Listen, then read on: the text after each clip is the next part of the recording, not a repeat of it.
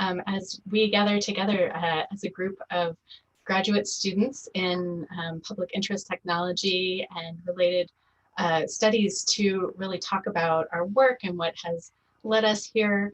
And so I have fellow panelists here, and I just have so much honor to be with them with the work that they do and to learn and hear from them about their own journeys into this field as we get ready to get started at this point. And I think that we're each going to take the opportunity to share a little bit about our own journeys. We'll take turns in that. And then we will be moving into a conversation with questions and answers. And so we certainly welcome your questions in the Q&A. We welcome your feedback in the chat. And we look forward to really having a wonderful, robust discussion with you all about what these paths and journeys can look like as we share a bit of our own experience and really learn from each other as well.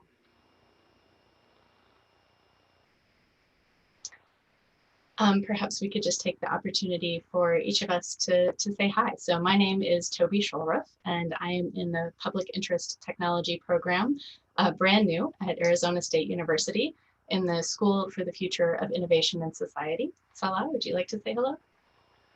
Hi, everyone. My name is Salah. I'm a second-year PhD student in the Innovation and Global Development program in the School for the Future of Innovation at Arizona State University.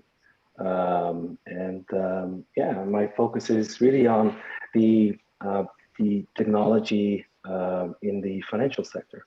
And I'll tell a little bit more about that as we go along. I'll just pass the mic now to Martín. Thank you. I'm Martín Pérez Comisso. I'm a Chilean PhD student in Arizona State too. I'm in the program that's called Human and Social Dimensions of Science and Technology. And my main research is about how we understand and how we think about technological systems, in particular in the relationship with development and international ways to understand technological problems. Elma? Do you want to go? Hi, my name is Elma Herrick. I'm in the same program as Martín in the Human and Social Dimensions of Science and Technology at ASU. I'm interested in data governance, especially data rights regarding surveillance, ownership, and privacy. And I'll pass it off to Farah. Hello, everybody. My name is Farah, and I am a Mexican doctoral student. I am in the same program as Salah, Innovation and Global Development. It's the same school as everybody, School for the Future of Innovation in Society. And I am interested in studying especially smart city technologies from a feminist, intersectional feminist approach, and thinking how these technologies could hinder or help in challenges that the global cities have. Yeah. Wonderful. I see that our moderator has joined us. Hey. Thank you, Toby. I hear that everybody's introducing themselves. Has everybody gone through and at least given a quick intro? Great, great. Yeah. Apologies for the technical difficulties on my end, but I do have a fan above my head. So I want to welcome everybody who is here. This is the Best Practices in PIT programs. And I am Jameson Wetmore. I'm the Associate Director for Academic Programs at the School for the Future of Innovation and Society at ASU. And I'm here to admit that if you actually want to learn about PIT programs, the last person you should talk to is an administrator, which is why we have 5 students we have pulled together who I think represent 5 different sort of PIT-aligned graduate degree programs. I think what you will learn is that if you come to ASU as a graduate student, you want to get a second graduate degree, because I think we have at least 3 of you, I think, are involved in that. So I'm excited to hear a little bit, mainly about the journeys that you all are going. You're all in the midst of that you are doing. We as educators are trying to help you make the difference in the world that you want to make. So I'm excited to hear about what those differences are and how you're going to do it. and maybe give us a critique of things we need to fix in our graduate programs along the way. I think we have it set up 5 to 6 minutes for each of you. When we hit 5 minutes, I will give you all the warning sign. Maybe I'll raise a hand or something like that to let you know you need to wind down. But other than that, I'm going to be quiet and let all of you talk. So we're going to go in. Toby Shulruff, you are first on my list. So the floor is yours. Wonderful. Thank you so much. And thank you to New America and to everyone who organized this event for welcoming me into this space. I am joining you all from the traditional and unceded land of the Kalapuya, Cowlitz, and Atfalati nations outside of Portland, Oregon. For 20 years, I have been working at the intersection of technology and gender-based violence. So in my work, I see every day the risks and the harms of technology, how location tracking, the Internet of Things, big data, and online spaces can quickly turn into tools of harassment and stalking. It's clear to me that tech is not neutral. It should be no surprise that the technologies of our time, rooted as they are in a history of command and control, should be misused to control a partner or their children, or that business models predicated on persuasion should so easily slip into coercion. It's foundational. It's not surprising. I do also see that technology is used to increase safety and privacy in spite of it all. Driven by the creativity and the resilience of survivors of violence and those in every community who are supporting them, I've seen those creative uses work to the benefit, right? I've also seen eager, well-intentioned tech developers define problems and design solutions that don't really help, or even worse, sometimes cause more harm. Please hear me say this. We do not need another panic button, really. I'll talk about that a little bit more at the ISTAS conference tomorrow morning. But I think you've joined because you want to know why we all joined the Public Interest Technology Program or PIT aligned programs. I joined because I crave a community exploring the imperative that technology should serve society and the planet. To serve society, technology in its design and development needs to be rooted in the needs and priorities of all communities. But technology, like the future, is not evenly distributed. Thank you, William Gibson. The pandemic has starkly revealed that, if there was any doubt. So what's the alternative? It's the meaningful involvement of people who are disproportionately impacted by the unintended consequences of technology. It's victims of violence, people with disabilities, women and trans folks, Black, Brown, and Indigenous communities in the US and globally. Not coincidentally, these are the same communities who are kept at the margins of power in society. This isn't simply about the digital divide and increasing access so people can be equal consumers of technology. It's about shifting who does technology and how we think about technology. To me, that goes beyond a narrow Western frame, right? When we look at the roots and the applications of technology and public interest technology, so much of the literature situates the roots of responsible innovation, of technology and for the public good in the European Enlightenment. And we have this narrow definition of who does tech in Silicon Valley and other hubs of innovation today. But at Arizona State University, here at the School for the Future of Innovation and Society, we say that the future is for everyone. So the question isn't about some token view of how tech can look more diverse, but how can tech development be shifted all the way from its foundations to the outcomes that we see. So what can we learn from the intentions and applications of technology in the flourishing of Islamic science in China and India, innovators of so many technologies that we take for granted globally today? And in the long traditions and vibrant current living indigenous cultures and how they develop and use technology.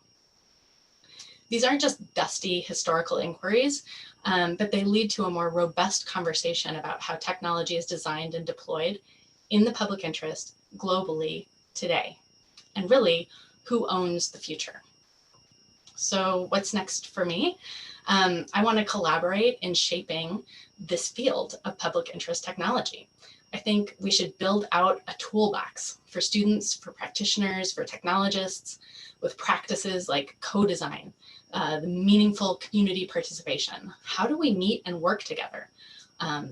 Skills like systems thinking and design, futuring, storytelling, iteration, strengths like curiosity, flexibility, and a maker mindset. And it's really, really important that we're in this for the long haul, that we're not just like helicoptering in with some donated good solution, but that we're there for the long haul to really work with communities and more so to empower communities, right? To turn over the tools of design and development to communities themselves. So I'm so honored to be here with my fellow panelists. I can't wait to hear from them about the work that they're doing. And then just at this convening with my faculty and longtime heroes in the privacy and tech world. So thank you. Thank you, Toby. Next up, we have Farah Najar Arevalo, and Farah finished her Master's of Science in Global Technology and Development and decided that wasn't enough. So she is now in the PhD in Innovation and Global Development. Farah, the floor is yours. Thank you. And yeah, I think my journey in public interest technology has two moments. One is the one that Jamie's pointed out. So I am in the Innovation and Global Development PhD as a consequence or as a sequel of having done the Master's in Global Technology and Development. And both programs are very tied to each other. And that's how some of the questions, similar questions to what Toby has mentioned, have arrived to in the discussions with the people that are in this panel. But I think my journey started in my early professional career. So I have a bachelor in international affairs in Mexico, and I have worked in the tech or close to the tech industry back then, and also in a big federal or smart city project in my city. So I think my undergrad studies plus the work experience led me to pursue something. And if I could share the story, so I work in an NGO that fosters the development of the local tech industry, but also collaborates with international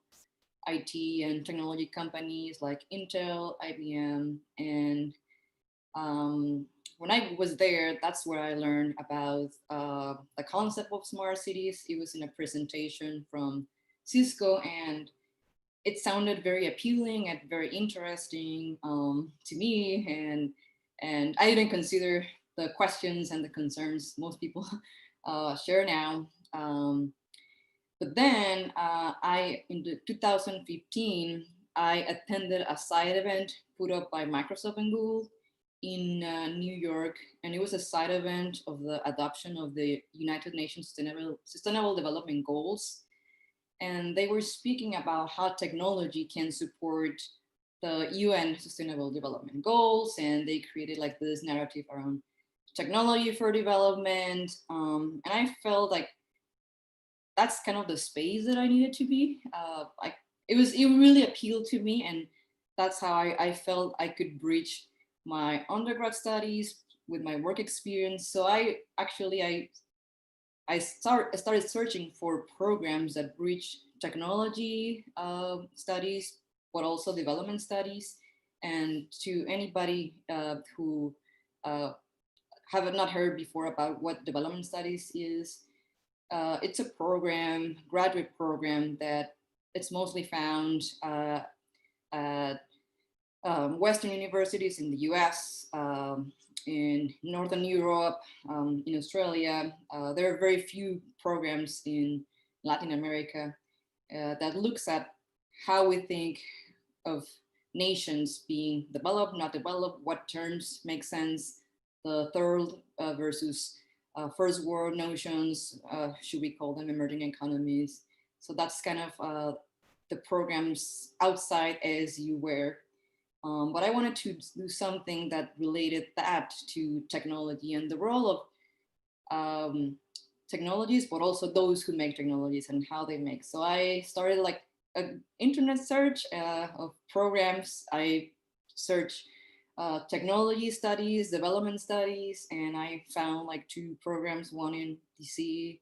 It was a development studies master's with a concentration in technology and development. And I found the SFIS, School for the Future of Innovation in Society website. I emailed Mary Jane, the chair of the program. I told her, like, we exchanged some emails and I applied, and that's how I'm here.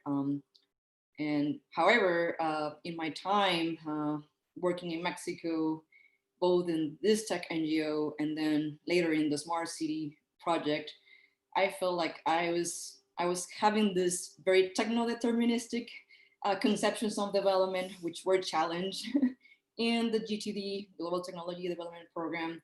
I think another element that added to my journey was spending time with the human and social dimensions of technology, PhD students like Martín, who is here, Elma came later, Toby I just met, but it was, I think, my work experience plus my undergrad studies and my inquiry to study development and the community around our school, the idea sharing. I think that's what has led to my journey. Right now, I am studying smart cities from a feminist intersectional perspective, like making question how the technologies in smart cities serve, who is a user in the smart city, is there a normative user, who is left out? So I'll leave more of that later after the next round of questions. Thanks, Farah. Next up, we have Salah Hamdoun, who is in our PhD in Innovation and Global Development at ASU. Hey, everyone. I guess my journey began in the Netherlands. I was born and raised there. I studied business there. Although after high school, I started. I actually wanted to become a software engineer. So I studied software. I really realized at a certain moment that I wanted to know more. I wanted to know more about what goes beyond just the software design, the applications. So I decided to study business like anyone else would. So I did that. I finished my international business degree in the Netherlands, and I moved to London, and then I started working for a bank. And I moved to the Middle East, and so during my time there, when I worked for financial markets, I looked at things like asset liability management, FX dealing, and investment programs. But what really made me realize, that I wanted to know more was I saw how the banking world operated from the inside, how technology became more and more important, especially during the financial crisis, how markets started to become attractive. Markets that banks were not interested in before started to become really attractive because of the technology that now allows people to bank through their phones and basically have access to a lot of the banking products. Now, my interest in how banks function within those societies was also driven by the fact that I myself came. I was born in the Netherlands. My parents came from Morocco, so I always knew about the idea and how certain institutions participate in the development of communities.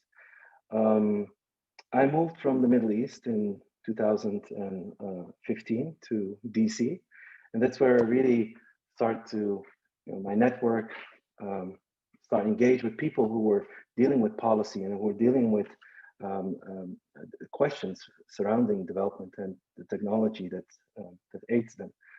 And that's where I decided to go back to school. After a couple of years of working, I decided to go back to school and start my PhD, really focusing on my main, so the main question that I'm focusing on is, so how do programs like financial inclusion or financial technology really contribute to the social inclusion or human development, as it's known among a lot of people. And that's basically where I started my journey at Arizona State University. The reason why I was so attracted to the program at Arizona State University was that's why I also mentioned the international journey that I took. It feels as if everyone understands what it is to operate on a global scale, on a global level. When I speak about Morocco, I can find people in the program that actually went to Morocco, did projects in Morocco, know Morocco better than I do, or whether I talk about the Netherlands. So those are very easy conversations to have. And with the interest that I have, then it is just, the discussions are more richer in a sense, right? So when I talk about, some certain communities and how technology applies, there's always someone who is able to be able to have that discussion with me. So as I said, I'm really interested in developing or participating in the thinking of developing alternative solutions, things that technology can provide. And as Toby mentioned, technology isn't neither good or bad. It is really what we make of it, and that design for people, with people, through people. It is so essential for us to create that future that we all want. I see specific challenges in the area of financial technology. There are stakeholders that are now involved that were not there 5 or 10 years ago, and we have to understand what their philosophy is. We have to engage them in those stories. 10 years ago, we were not talking about Google entering the payment system, but now we do, and we have to understand what is their philosophy. How do they see communities? How do they? What can their technology contribute? And really, just being part of that discussion is going to be very essential. And I think the added value that I bring in this program is understanding organizations from the inside, and not fearing these organizations. I have been inside the bank. I have dealt with central banks, and it is really, and that is the one thing that I can, the one thing that I can tell you is that whatever experience you have, take it with you, bring it with you. You can use it. Whatever you have done is going to be extremely useful. So take that knowledge with you, and and it's going to contribute to a very rich discussion. Thank you so much, Salah. Next up, we have Elma Herrick, and she also is double dipping, starting with a Master's in Science and Technology Policy, and now on to the PhD in Human and Social Dimensions of Science and Technology. Elma, the floor is yours. Thanks, Jamie. As mentioned, I am part of the HSD program at ASU. I'm a first-year PhD student, and I did, in fact, do the Master of Science and Technology Policy. My area of focus is in data governance, especially privacy, ownership, and surveillance. And I'm also part of the NSF NRT grant for citizen-centered smart cities and smart living that really puts an emphasis on creating people-centric smart cities. With emerging technology becoming more ubiquitous and more intrusive, and data really running the foundation for all of these new technologies that are coming out, it's imperative that we also maintain some kind of semblance of human rights in digital spaces. And that's really what I'm focused on. How do we extend digital rights through data rights as a human right? And these are big questions that I'm grappling with. But how I got here is my background. I'm a refugee. I came to the United States as a refugee from Bosnia. I was first a refugee in Germany, and then we came here. And during my undergrad, I grew up in Arizona for the most part, and during my undergrad, I studied international affairs and German. I also worked as a tech support assistant and was able to find a role in bridging the communication between technicians and the students that we were supporting. And that was completely irrelevant to my studies, but there was a running theme throughout my life also with loving technology and kind of being pretty intuitive with technology. But after I graduated, I found it really difficult to find a job and to navigate the industry space. As a first generation college student and as a refugee, I didn't have those networks required. And I figured out throughout the years that I needed to go back and get a master's degree. But between my master's degree and graduating, I worked in corporate in an administrative role where I continued to apply these tech support skills to my coworkers and really understood the business needs for productivity and efficiency and helping our team meet those goals. But it wasn't suitable for me completely. I needed more challenging ways to think, and I wanted to go back to my roots with human rights and international affairs and continue that line of work somehow. And policy was a good bridge to that. To keep relevant to those issues, I also volunteered with our local chapter of Amnesty International and continued this flow of human rights centered approaches. And that also brought up some alarms about surveillance technologies and the disproportionate implications of these surveillance technologies, as Toby mentioned in her introduction. And, you know, that led me to studying data and surveillance during my Master's of Science and Technology policy. But these questions just created more questions rather than answers.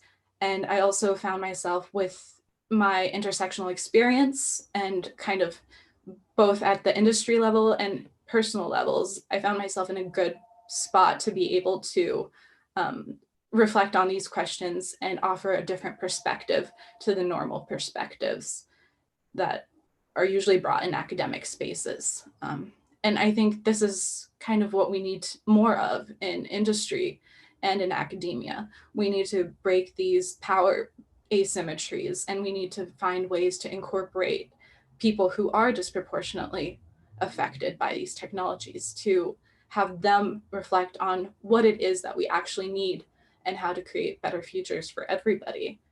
And that's really where I found myself. Also, I really loved the environment that ASU had to offer. I, for the first time, found myself in spaces that actually challenged me and that actually offered opportunities and respected my skill sets, where, you know, there are so many people who are like me in humanities who can understand this technology, but just don't have this pathway to actually show their talents and actually have some kind of input into these spaces. And we really need to create more bridges in order to create technology that is of the public interest. Yeah, so these are big questions that we're grappling with together, and I look forward to talking more about it. Thanks, Elma. And next up is Martín Pérez Comisso. And Martín is working on his PhD in human and social dimensions of science and technology. Martín. Thank you, Jamie. And thanks to New America and IEEEISTAS for the opportunity to talk and share my experience. Before public interest technology appears like a network or a collectivity, I joined the Human Social Dimensions of Science and Technology program in ASU because I have a strong interest in a discipline or field that's called science and technology studies. One of my main questions is how do how do we do a better world with technology? And that I think has like a lot of relationship with like and parallelism with what public interest technology entails. Technologies are produced and used by humans, and not digital or physical infrastructure community is purely isolated. In that way, I'm interested in how humans become part of a socio-technical system. This is this network of intertwined things and people that people take different roles as inventors, maintainers, designers, regulators, users, and hackers. And I'm trying to study and understand like the networks of that. But in particular, I think that like we tend to observe these situations as like fixed for specific roles. We tend to like have narratives about like successful inventors or like how users are pervasive, like the designers are pervasive or how users are neglected. But I think like we move through all these roles over days with different technologies, but we have struggles to think about them because we don't have like the tools and like the strategies to democratize this kind of like deep reflection about our technological world. I think this is in part because we share hegemonic images about technology, like robots or computers or autonomous vehicles or smart cities, among others, that like often are like reproducing the media, or we are like talking about like emerging things, but we tend to neglect how all that things requires data centers and like cords connecting things and electricity and like a lot of work in different places in the world is interconnected.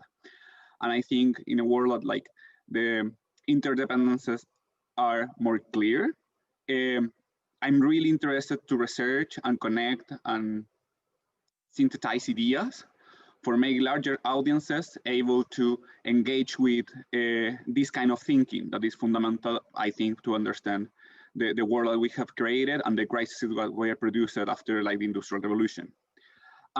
For that way, I'm interested in particular in my PhD to explore ideas about technological development, technological appropriation, and more recently, images of futures and images of technology. I'm deeply committed with the role of education, and I want to become an educator after my program.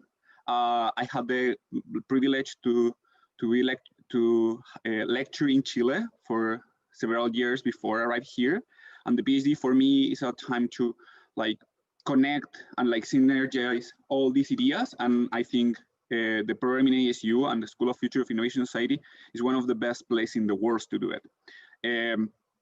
It's the largest college in the world for this area, with more than like 50 faculties, and like now 2 other schools in sustainability and complex systems to impulse the ways of thinking needed to understand the complexities of technologies. Among different things that I have been involved, I'm interested to collaborate with communities of educators around the world. During this pandemic, in particular with some friends and colleagues, we did a collaboration with the state official NGO in Chile to support teachers of technology in Chile. There is like a course that like is in from the primary to the high school that is mandatory, and like the teachers have like very little training or tools. And in particular with this pandemic and all this like digital teaching, they was like really struggling with that. And I use my networks and strategies and learnings that I have got in ASU to put together at 18 weeks webinar series with guests from all around the world for them. Most of the talk was in Spanish because that like so the language that we speak, but also to like bring all these different ideas and strategies that I have been learning here on how like we can empower these teachers. I hope that share some other things in the conversation. Thank you. Thank you, Martín. We are open for questions. So if you have questions, you can put them into the Q&A or the chat, I believe. In the meantime, I have a quick question for all of you. And Martín, you started hinting at it. I think you may have already started to answer this, but I'm going to ask it of everybody. so it's very clear, all of you see wrongs in the world that you would like to see righted. And it's very clear that you'd like to be part of that process of righting those wrongs. So why go to school? Why, what is the motivation to go and get a graduate degree? Why not just jump into the field, get your hands dirty, and start trying to make the change? So not to critique grad school, I'm just curious, you know, what is the motivations that is bringing you back to school?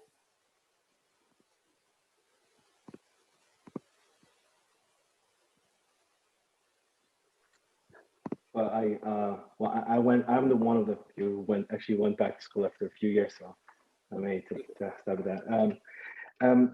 I think for me, it was really understand the alternative approach, right? To do deeper research, to find some of the knowledge that I was not thinking about. So basically, the question was not so much, oh, I'll have to go to grad school again just to get a degree. It was more, what do I not know, and how then am I able to participate in the discussion? So it was, for me, it was more, how can I bring that richer discussion? How can we contribute to a richer discussion about something that I knew was wrong, and I knew I wanted to fix, but then you need all the, you know, you come with a bag of knowledge and methods and how to approach a certain problem. And I think that for me was the you know, the added value. For me, I have over 20 years in my field working on the issues that I care about, but there's a couple pieces there. One is that so much of our work within NGO space is like the grateful recipients of donations of technology, or in my specific work, helping people to navigate harms that they're experiencing without really having the power to change the systems that are causing the harms. We're aware of those systems, but that's really why I came to this program, was that I wanted the time, because in NGO work and probably in most paid jobs, right? Like, but in my work, it's like one thing and another thing and another thing. And I have to, you know, have enough expertise in location technology and IoT and big data to be able to answer these questions that make a difference to a person's actual safety and their life, right? And so I wanted to be able to step back and take a higher level view and a deeper view to weave together a lot of what I had seen through my work with theory. I knew a lot of clever people were thinking clever things about this. And so I wanted to connect to all of them and to be in a community. And even just my first months in this program have shown that, as I'm just inspired and lifted up and amazed by the work that I hear in my fellow students, in my faculty, in the experts who have been brought in to talk to our programs and that connecting to through this convening. So for me, it's community and that ability to affect on a more deep level the wrongs that I'm seeing. I have an answer that like is related to like what degree will enable to you. And for me, there is like 4 big things. The first is like tools that I haven't had the opportunity to develop, and there's like methodologies there, but also there is like theoretical tools or strategies. The second, there is like the degree, it's also some way of recognition, and there is like a social validation. In particular, for me, that I'm interested to work in academia, like you require a PhD degree to do a career in that. The tier is like the contacts, like and networking, like the school that you engage and you decide to go, like will enable to have access to specific experts and people, and that makes me decide for ASU, for the large amount of people that is like moving around here. That is impressive. And the last one I think is the opportunities, because I think grad school is in a space that like you can fund ideas that like in the real world have like less probabilities to succeed, in the way that like you can like experimentate with more freedom and like engage with more an exploratory pathway that helps you to grow not just as a scholar or a professional, but also as a person. And engage with those opportunities is something that like a regular job like often don't allow it. You can go next. Oh, sure, okay. I think, well, and those who have worked in NGOs, industry, could you agree on this? When you are working day by day and you do like annual planning, quarter planning, you're consumed by operations, daily operation, and like solving problems. Oh, there's this issue and you have to like, there's like a fire, you have to like put water quickly. And I was privileging the space where I worked. I work with very, very smart and motivating people who pushed me to think more. But still, we were consumed by event planning and projects and like submitting reports. And I feel that the school, what the school provides that other spaces don't, is just time to be critical or to think. So you are encouraged, like that's what you do. You study something, you criticize, you have to propose explanation. So for me, I think the why school answer is because it's a space to, you're encouraged to think and come up with your own theories and explanations. I think also it provides a structure of thinking and problem solving, which you can also get that structure of problem solving elsewhere, right? But it's a framework of how to approach phenomena. I think the system thinking part came from me precisely in my master's, and also I agree with this being said before. It's like a network of thinking people, and I don't want to say outside there's not thinking people, but everybody is grappling with these questions like Elma shared, like the questions that Toby, everybody shared. So it's a constant like ping pong of questions, and somebody makes you think of another. So this space to be critical and think is fostered by other thinkers like you who are in the same path and are not consumed by office work or project management work. And my answer to that, I was actually hesitant to go back to school. After my master's degree, I had intended to go find a job in industry or somewhere else. During my master's degree, I actually had the opportunity to work at GAO, the Government Accountability Office, with their new Science and Technology Assessment and Analytics team. And I really cherished this opportunity and experience. And I would have loved to continue working there if they had opportunities coming right up. But you know, these opportunities take time to develop. And with my passion for data rights, I really wanted to continue creating meaningful conversations in this space that I didn't find available anywhere else. And I also feel like this is a wicked problem, right? Like there's just so much to it, and I needed to learn more about the socio-technical approaches to understanding this problem at a deeper level. But I also feel like academia, it's an unknown space for me, right? I didn't grow up with academia being a career path. I didn't know it was a career path until I was doing my master's degree. But even then I was really hesitant, you know, to jump into and dedicate my life to a PhD. But I feel like I thrive in this environment, and I feel like I belong in this environment. I think within HSD in particular, all of my inquiries are being pushed and challenged, and you know, there's so much opportunity for collaboration and from learning from people, professors who have great expertise and are thought leaders in their areas and spaces. So I think it's a unique opportunity, and like looking at it, I don't know why I wouldn't go to academia, I guess. So I like everybody, great answers, great answers. I like this, you know, when you're caught up in the middle of a day-to-day job, you just don't have that time to sit back and think big picture. And it seems like that's a big motivation for a lot of you. So there is an old saying that those who can do and those who can't teach.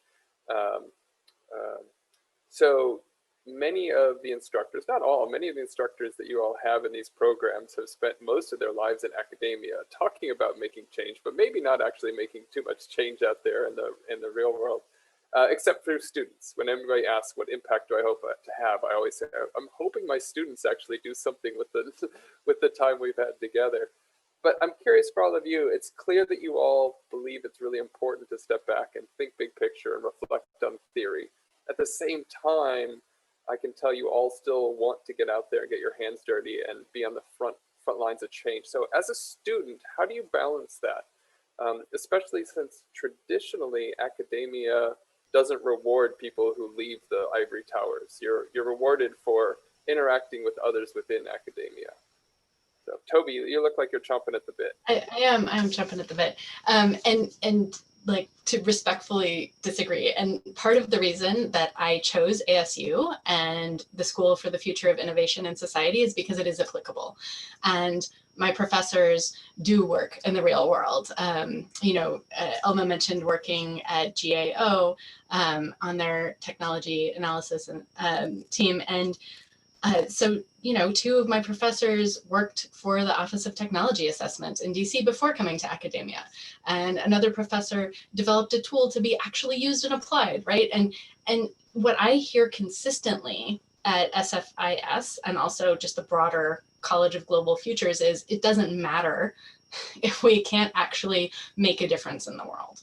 And I think it would be like, I would still go to grad school, even if it was just the theory, because I also have my full-time day job at the same time. So I am still making a difference, to answer more directly your question. But it has surprised and delighted me how much the school is grounded in this having to mean something and be applicable and not just be words on a page or words in a video conference. I want to agree with Toby in this too. I think the work that, like, not just SFIS, there is like a specific examples that SFIS has that are very clear, like Lorraine Keeler working in the Tempe Action Climate Change Plan, or Marta Berbes with Minority Communities Futures, Fahim Hussein with refugees and digital afterlife, or like Laura Hosman, I worked with her during the last 2 years, with Solar Spell helping to access education in remote places in the world. And all of those projects and all the projects most faculties have in the school are projects really applicable with direct communities and stakeholders. But also, and this is something that I think the PIT community have the opportunity to engage a lot more, is like the field that like to me motivates me to make my PhD in HSD, it's science technology studies. And there is an increasingly space for applied practices and engaging with communities that is evaluated scholarly too. There is not just go and present papers and essays, it's go and present your projects and your classes and your policy projects and your engagements and your movies and your documentals and things that like make impact to others. I think that is fundamental to think that I think PIT, that in some form it came from this tradition of technology and society that's had like more than 100 years of like theoretical history and practical history, can also have considerations about like how we make change in the world with the new ideas that we produce.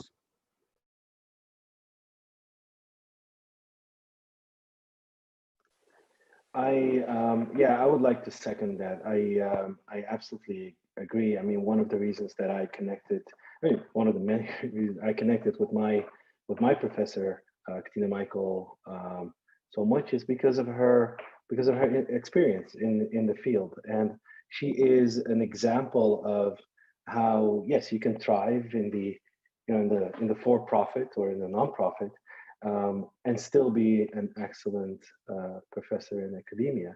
It is, and there's one thing that I've noticed. It is just the love for your work, and as long as you can keep doing that and express that, people will recognize that and follow your lead. So it's different. It's different, but every person has a different experience. But I absolutely agree with what Toby already mentioned and Martin, is that the knowledge from the field, but also getting knowledge from the field, but also making sure that the knowledge that you produce reaches the different parts of society in different ways. and therefore we cannot be stuck in that ivory tower. It is definitely finding ways to share your knowledge and gain knowledge. Yeah, I think the SFIS culture is really focused on incorporating practices like citizen participation and outreach, and actually applying the things that we learn through initiatives and incentives like knowledge mobilization projects. And these degrees, like my master's degree, is really focused on public service, and it's focused on how do you communicate with the public, and how do you create technologies and scientific tools that is of interest in the public and actually make an impact. But also this HSD program, as theoretical as it is, there are also elements that make it applicable and continue to challenge and force us to apply these projects to the public. Also being part of the NSF NRT grant on citizen-centered smart cities and smart living, it's citizen-centered, and the entire program is cultivated around how do we actually engage with the public and how do we create meaningful impact that is applied beyond the things that we're learning. I want to add one more thing. I agree with that. I want to add one more thing, is that when you look at the Innovation and Global Development Program, we do not have the luxury of just talking to each other. The world moves on very, very quickly, and we need to understand what is on the ground. That is one of our incentives, to really look at how are people interacting with institutions, what is the effect of COVID right now? What is the effect of poverty in one place and not the other place? How do states function? And for that, you really need to be on the ground. There is the luxury of just staying and just talking to each other it's just not applicable in my program. I'll add something very quick because this is a question I have struggled myself, Jamie, in the pandemic, because I have encountered that question for me since I have been on Zoom since March, like everybody. But to what my peers have said, like we have also the type of faculty who do activism through their academic and research work. So we have the motto like the future is for everyone, and in the IGD program, Netra Chetri, our program chair, he always says like, how do you elevate those that are systematically marginalized? So we are pushed with this question, but I have also seen how different faculties in our school do this activism through their publication, through their work. So I think that's another way to maybe they do leave occasionally, sometimes they don't, but even if they don't leave, they're writing there and they're challenging those systems of power. So yeah. Well, thank you, everybody. That was great. And thank you to New America and to the IEEE for giving us this format to do this. And I wish you all the best of luck. And I look forward to, I look forward to watching you walk across those stages so that we can hand you those degrees. But more importantly, I look forward to seeing you all in class, because that's where I learn the most. So thanks for a great session, and enjoy the rest of the conference. Great. Thank you all. Thank you, everybody. Thank you, New America. Thank you, everyone. Thank you.